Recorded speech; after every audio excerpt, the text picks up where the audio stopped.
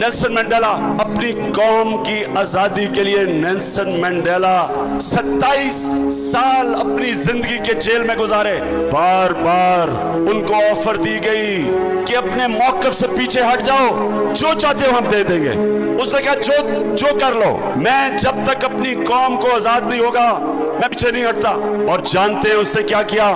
27 साल जेल में गुजार के जब वो आजाद होता है तो अपने दुश्मनों को माफ कर देता है, सबको माफ कर देता है, क्योंकि उसकी जिंदगी के 27 साल जाया हुए, लेकिन उसने अपनी कौम को खून से बचा लिया। उसने नफरतें खत्म करके कौम को इकट्ठा कर दिया। साउथ अफ्रीका ने तबाह हो जाना था अगर वो सिर्फ एक कहता कि जिन ये गोरों ने मेरे पे जुल्म किया था हम इनको अब नहीं छोड़ेंगे, इंतकाम लेंगे।